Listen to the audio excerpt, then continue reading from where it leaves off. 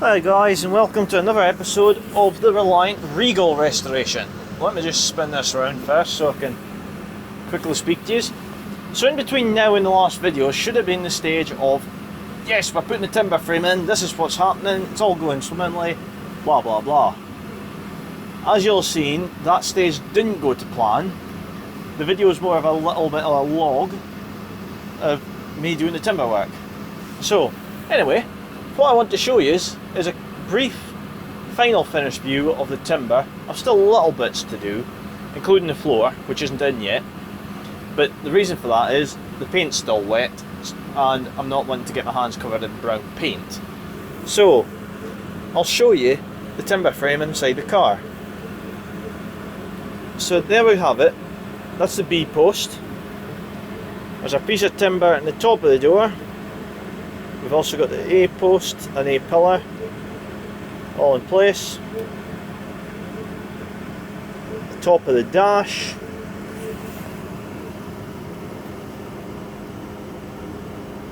Posts all mounted in position.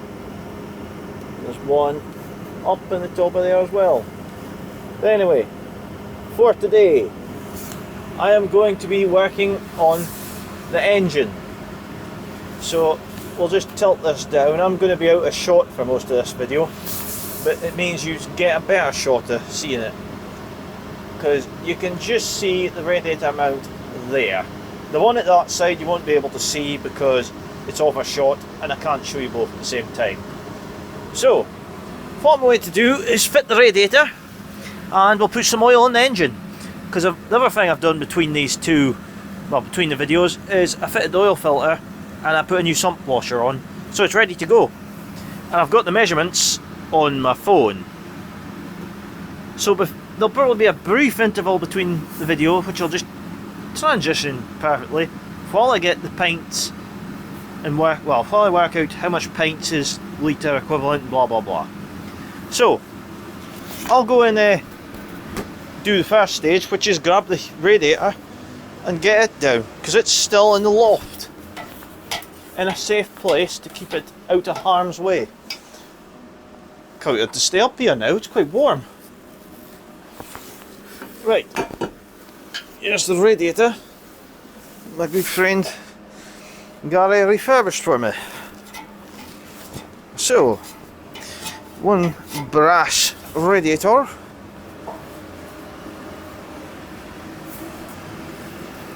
Now, before I fit it, I'm going to give the threads a bit of a clean, because the threads in this radiator are slightly choked with powder coating. Well, when I say in the radiator, I really mean on of the studs, because the studs are choked up. So, I'll out of shot for a moment, but I'll just speak you through what I'm doing. It's not worth me moving the camera from inside the car to the workbench to show you this, because I'm sure you've seen me do it before. So basically I'm grabbing a hold of the thread cleaning tools. I'm just going to give the threads on this a nice run down, make sure they're all nice and clean, make sure I can get the thing together no problem. So I've got that's definitely the right size, so it is a UNF. Always forget the size of them off the hand. UNF 5/16.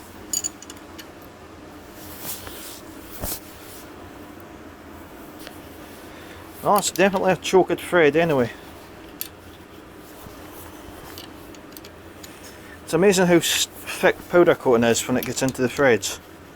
It just causes nothing but problems. These are original parts, I haven't really changed any of these. So all I'm going to do is clean the threads out, copper grease it and fit it back to the Regal. So there's a little bit more left on the thread to do. You will see one of these being done actually, well no you won't, because it's the one that's still on the car is actually out of sight.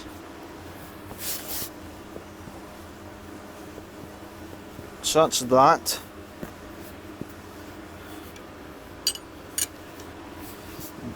Get that tool off of there. That's looking perfect. What I'll probably do is take that nut off of there and just change it for a better one. Frankly, because of the way this is actually made, I can clamp it without disturbing the clean thread I've got. So onto there.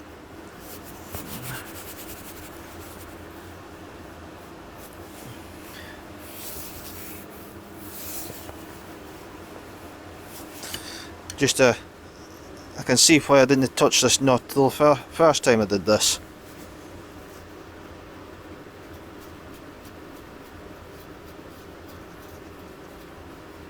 There we go, it's going. Oh! That was just me bashing my finger off with the jigsaw that I've left next to my vise since I did the floor on the Regal. Because it all had to be altered. Little bits put in here and there. Just the usual for one of my projects. Right, so that's out. All I'm going to do is run this tool down here again.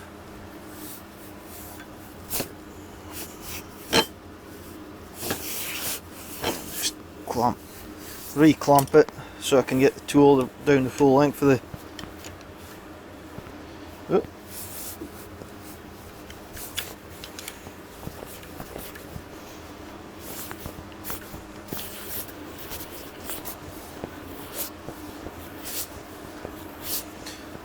It's always a bit of fun when you try and do the jobs like these, because you have to try and refurbish them and all nice clean up so that they go together no problem.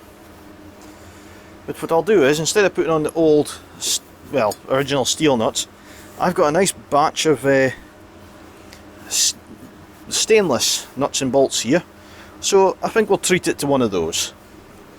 So that's that. We'll need the 5/16 tools that you will see in action now.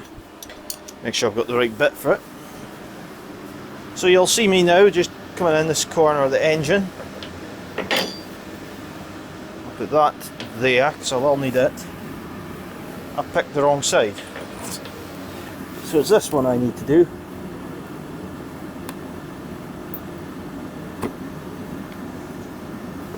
Right, so now I need... Is this the right size one? Nope. I need to get a 13mm long reach because I don't have a 1/2 inch long reach socket. So I must have it out already. I do.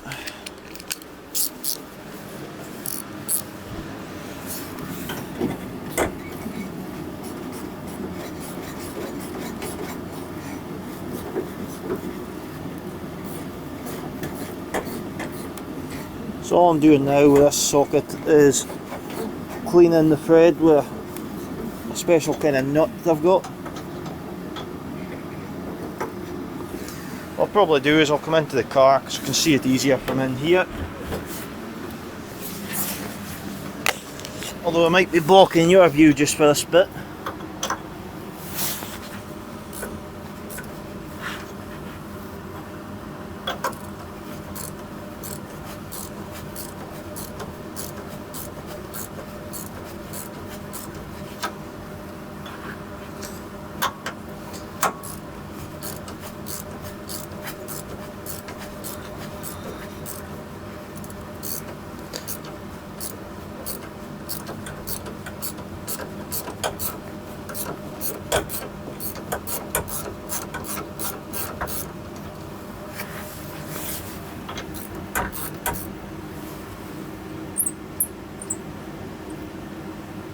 See how that looks. That's looking a lot better. I think there's a bit more thread still to be uncovered there, so we'll nip it down a little bit more, I think. Just to be sure. I don't want to have to fit the radiator and take it off again because I haven't cleaned the threads enough.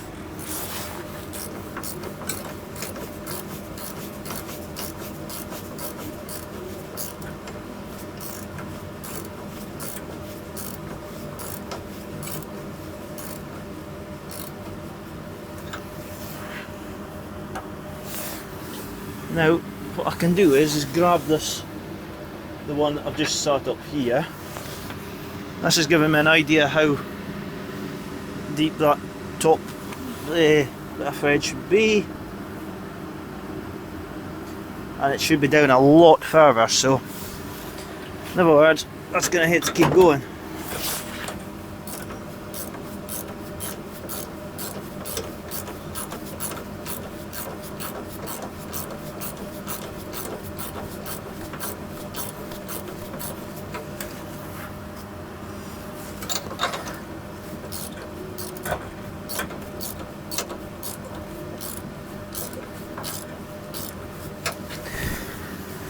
So approximately, we won't be far for the end of the threads there, going by the other stud. And I would say that's the end of the thread.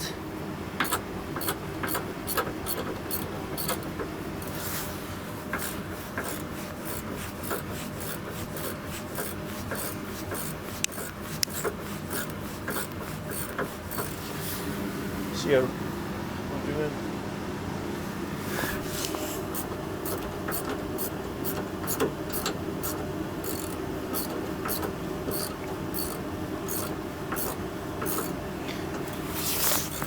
I've got the heater on today because it is snowing just now, so nice to get a bit of heat. I was just noticing my brake pipe there was quite close to that clutch, so I was making sure that was clear.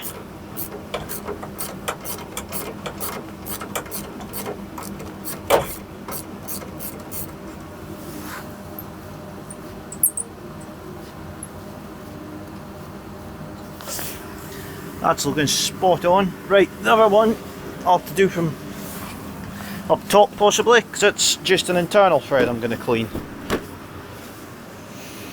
So I'll put that there. Got the 5/16 even. In fact, I don't even think we're going to have problems with that one.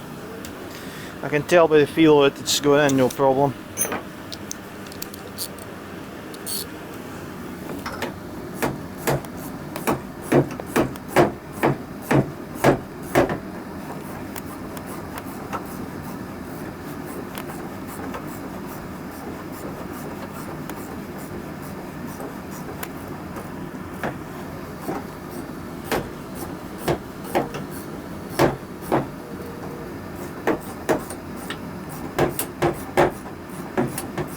Take this thread cleaner out now. I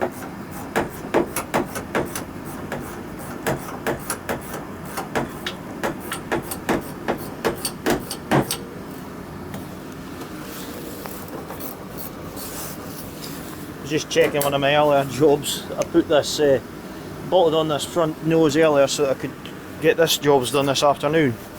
I have to go and turn the heater off because it's a bit too cosy now. So give me 2 seconds.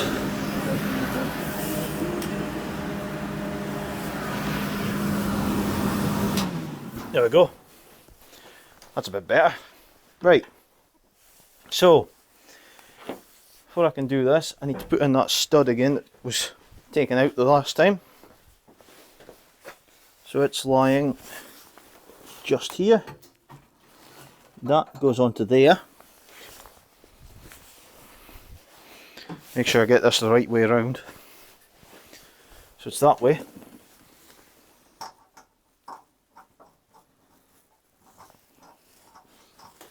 I'm going to get some copper grease on it. Copper grease is always a great thing. Stops, well, gives it a fair chance of not seizing in the future again. I'm a firm believer of the copper grease. Especially with these kind of jobs.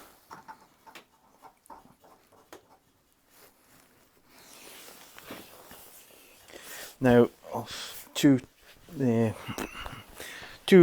nuts I'll need. Sure, it's UNF 5/16 to be able to crank that stud back in.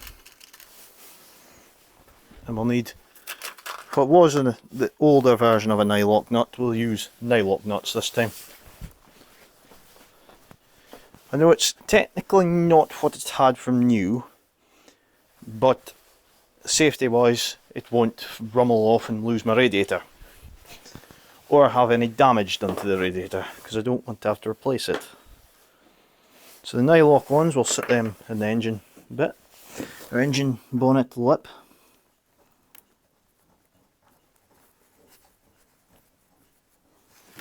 It's that one on a bit further by the looks of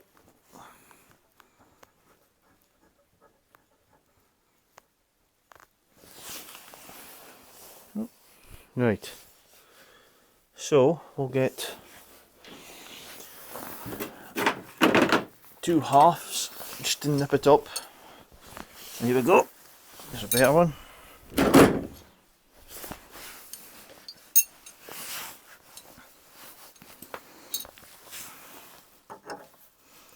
I never noticed I picked out a rusty one out of that box.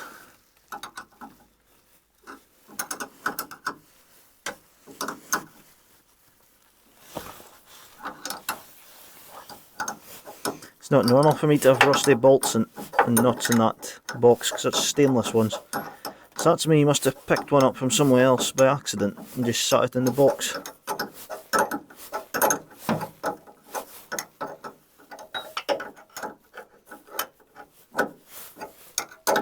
I don't really know why this one came out and the other one didn't. I prefer it when they don't come out because it means you just crank them back, clean the threads like we did at the other side, and it's ready to go.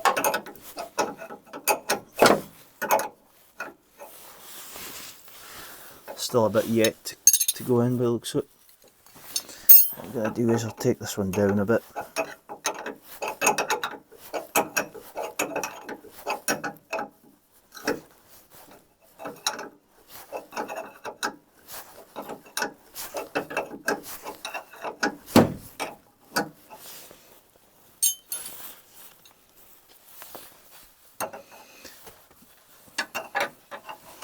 So that's onto there.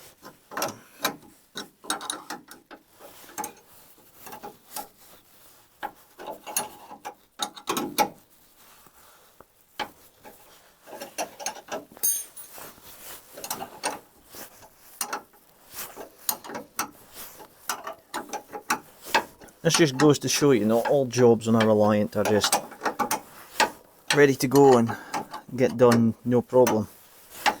When you're restoring one, you have to have a lot of patience, a lot of time thinking about how you're going to do a job, and most importantly have the time to go, I should really get outside and do that job today. You get a lot of those days where you just kind of go, I'll do it another day.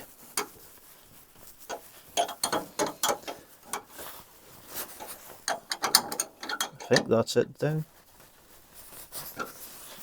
Certainly it's not going down, it's turning both nuts, so that's a good sign. That means it's probably in place.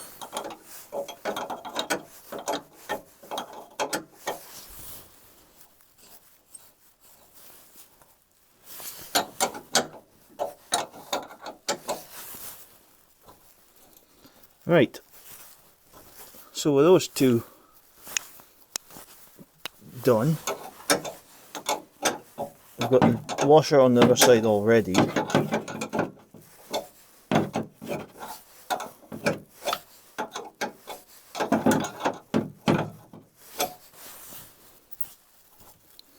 going to get some copper grease for these two threads. So I elegantly come out of the car. So this is a replacement washer because this one has disappeared somehow. So that's on. We then need the rubber pieces. So there's one. I'm going to give it a paint and some copper grease the thread now the rubber's past it. Pardon me, we'll do the same with this one. That on.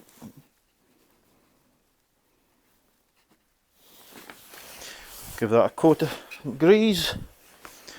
Now looking at the frame for the radiator, I think we will get a couple of washers for it. So I've got them here. It's nice sized washers as well. So these will go on along with the nylocks. Right, so we've got the radiator.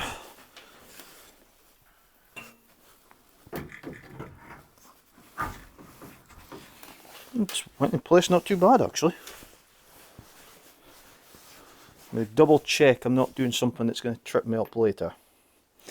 There's a panel up here I haven't fitted yet. I didn't think I needed to fit yet, but I now can't remember what holds it in place. It could be that I have to go and fit this just now.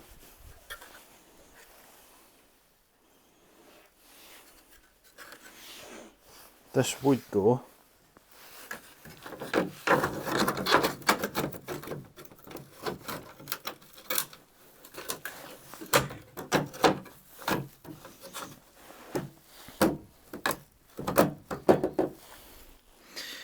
No, I think we can do that afterwards.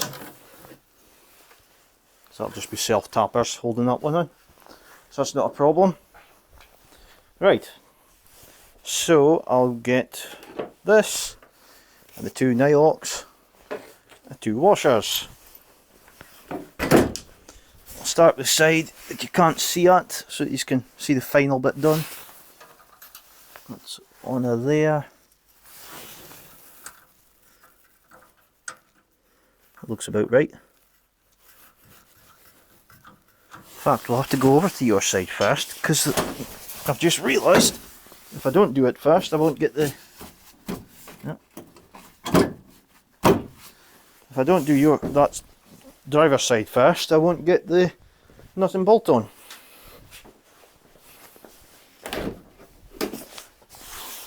So it's over to here. Now see how easy I can squeeze. Getting the washer in shouldn't be a problem, I think.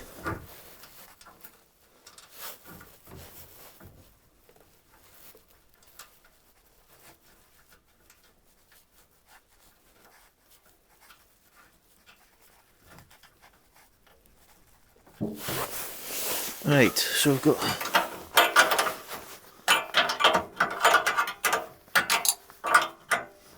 it's amazing how you forget the jobs that you do on these things the first time round. But when it comes to putting them together, it's just kind of look and you go, oh, that goes there and that goes there. So yeah, something you learn about side valves, that you need to fit the driver's side bolt before you do the passenger side.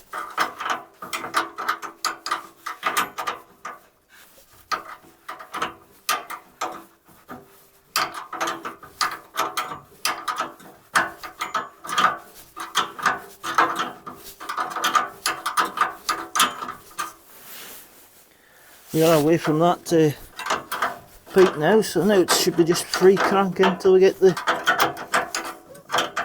bolt into place.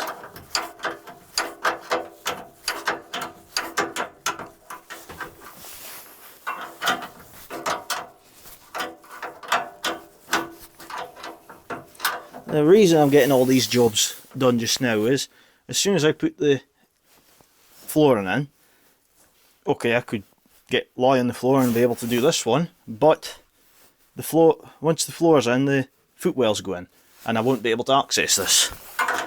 My easiest access point right now is this way, so there's no point making a job trickier by leaving it to later.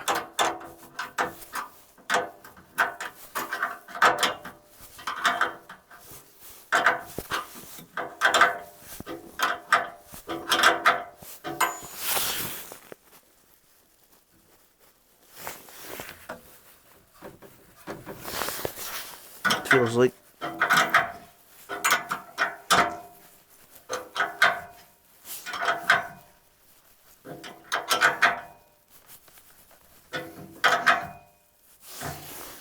that feels about right. So now we'll get the passenger side, get it bolted on, and then I'll have to have a quick break, which will be seconds for you, but probably about 5 minutes for me to find information on the oil and get all the measurements so we can how much oil to put in it. I'm sure the engine's 5 pints, so I have to go and convert pints to litres and do all that to be able to top it up. Just for a bit of check something. No, that's fine. It's lined up in the same place, so that's spot on.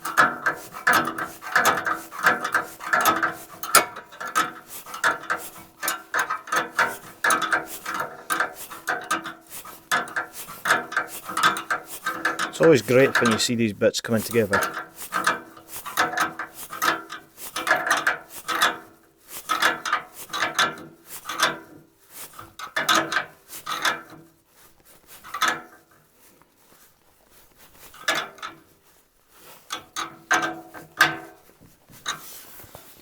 That feels like it.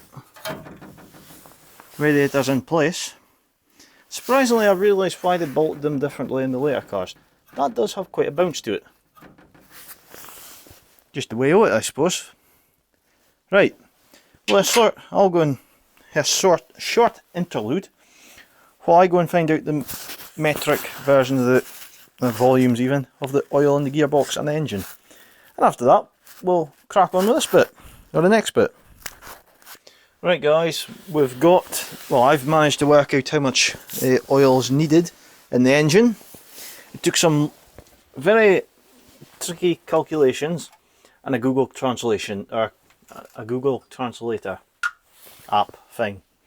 So anyway, it's 2.85 litres, is the equivalent of 5 pints. So I've got the 8.5 in here, since it was the tricky one to do. I think I'm going to get rid of this spout. We don't actually need it on for this. So we'll get rid of this, we'll just pour it in. That saves having a heap of stuff stick in that. Right, so into here.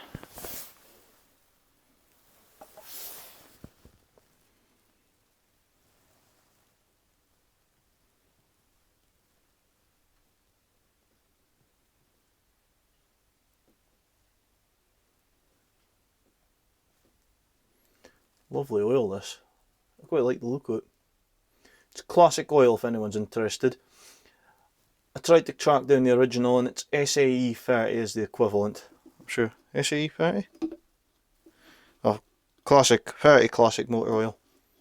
It actually does say SAE 30 in the original book. So, oh, that's not what you do with it.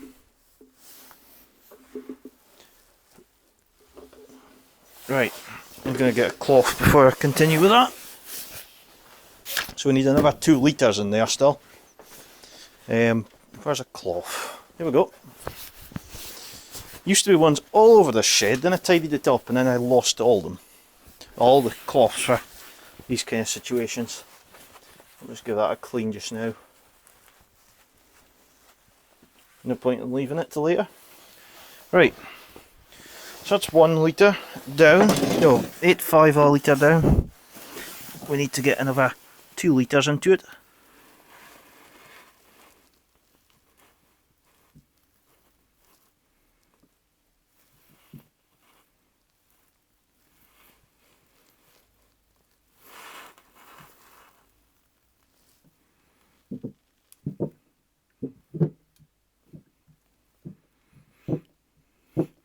So I'm just filling this jug up to a litre.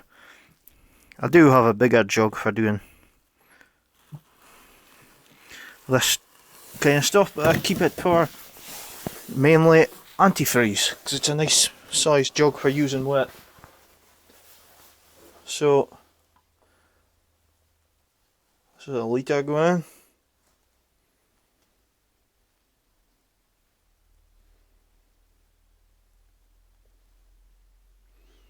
There's no oil coming pouring out anyway, so that's always a good sign. I quite like when I get oil into the engines because it just means they're not sitting dry, and I just think there's nothing worse for an engine when it's sitting with no oil in it.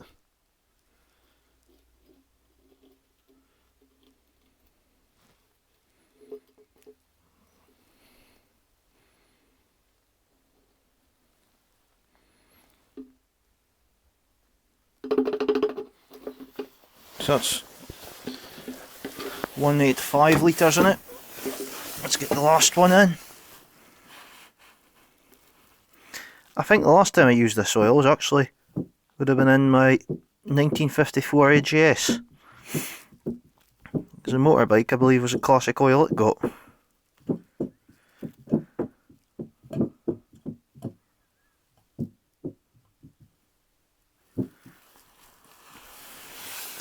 I've got plenty of this oil this time, because I had a little bit of the last tub I had, not even a third of a litre.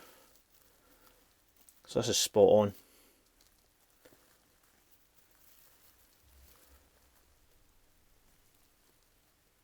This engine will be liking this, it's getting a fine top up of oil. Where's that dribble's coming from? Oh, there's a pipe rotting. Looks like the pipe could be rotten. Possibly burst in the centre.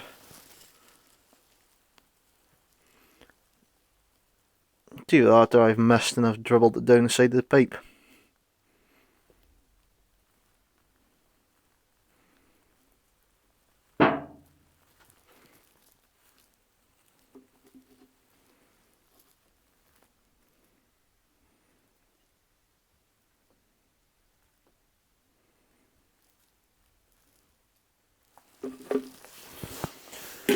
That's the full amount that needs to be in the engine anyway. So put that cap back on. I'll give that a dry up and just check this again. It's all looking good. Nice shiny filter. So we've got the dipstick out. Obviously it's covered in oil because the oil's probably just running straight over the top of it. So there's a full mark on it. And I expect this to be just over that, because the filter won't be full of oil yet.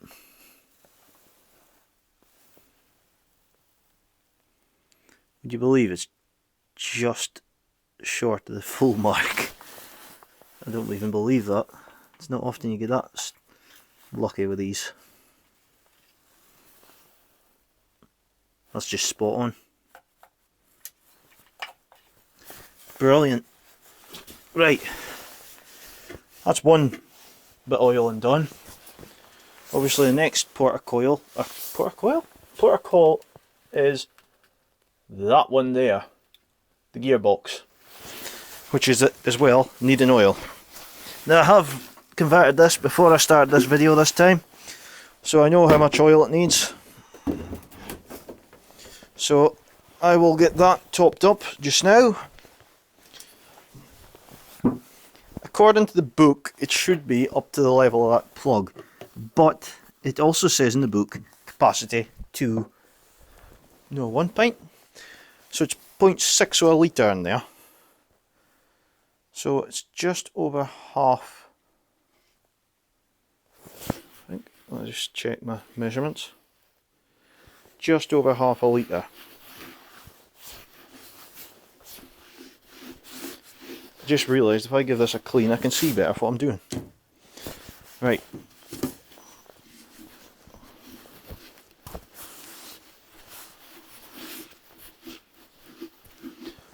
So we've got in here, it should be SAE 140, well 140 is the type of it anyway.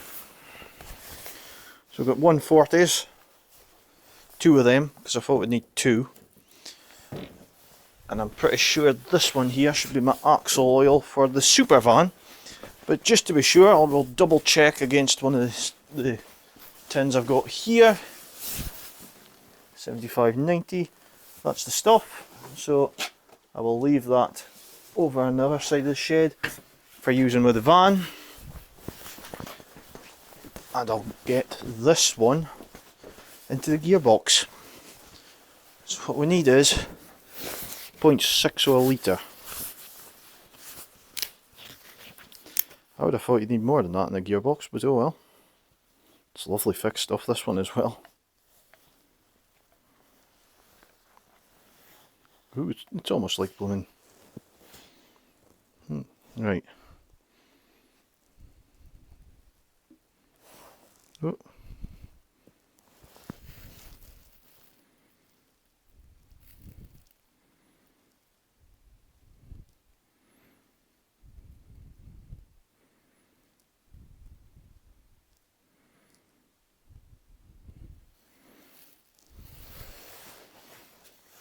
The good thing with these tubs is they've actually got a thing in the back of them.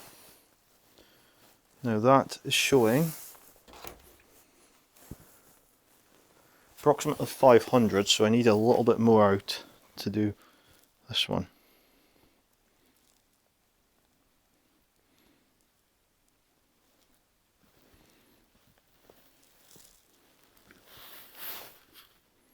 I would have said about there. So this one, we'll give it a try. Be able to get some light into this corner this time, instead of me guessing what I'm doing.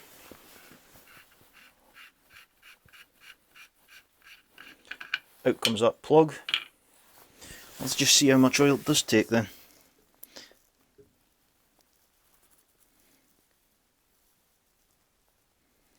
Very thick stuff.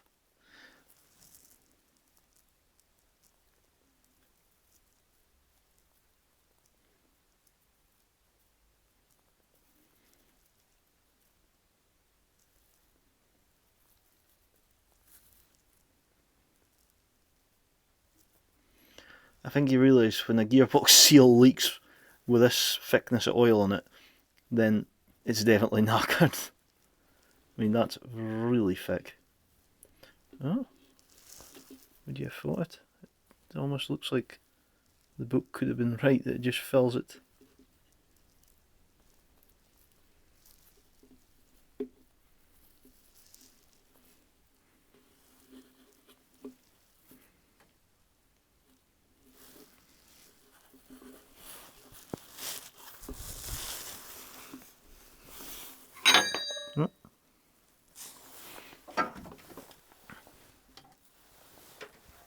Sure, it's supposed to be a bit more than that.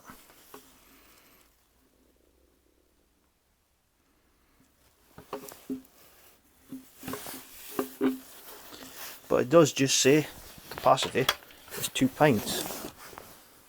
That is just coming up to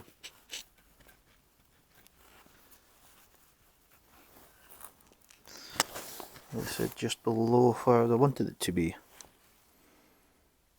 But then this one doesn't have a quick look over there. No, it doesn't have that inspection, or what do you call it? Little now you put a few little bit more into there. Well, I'll tell you what, we won't put any more in. And when it's running, if it does sound notchy, I'll top it up, because that is the capacity of the gearbox supposed to be. So there's no point filling it up further when it shouldn't have it in it. Otherwise, I will cause myself problems. But anyway, that is really it for this episode. I'll grab a hold of this camera. So we've topped up the oil in the gearbox, topped up the oil in the engine, fitted the radiator, showed you the final finished timber frames. It's also got a handbrake on it now, but no cable or mechanism, because I still need to clean it and fit it. Anyway, I'm going to go and probably have a break now after doing all that, and plan what the next job is. I've still got the carburetor to do. I've actually got a spare one of these now. I bought one that was on eBay. So I've got a spare Solex carburetor. So I've got that. I'll probably still have to rebuild the original anyway to get it fitted. I'll have to work out what order the plugs go in. So I'll have to look at back some photos for that. And we'll take it from there. Get that done. And see what the next job is. I imagine I'll have to get the carburetor on before I do the floor as well, just to make it easier for me. Although the floor does stop about there, so I might get away doing it afterwards. We'll see. I've still to router out the bits for the wiper as well in that stick, so that's on my list to do as well. But anyway, till next time guys, thanks for watching. If you've enjoyed the video, hit the like button below, subscribe to the channel. If you want to keep up to date with the likes of this restoration on the Mark V or the kitten, which hasn't started yet, the Bond Bug. Let's see if I want to hit. Oh, the super van! Can't forget about the super van. Not that van, but the other van. Although that one will feature on the channel a bit this year.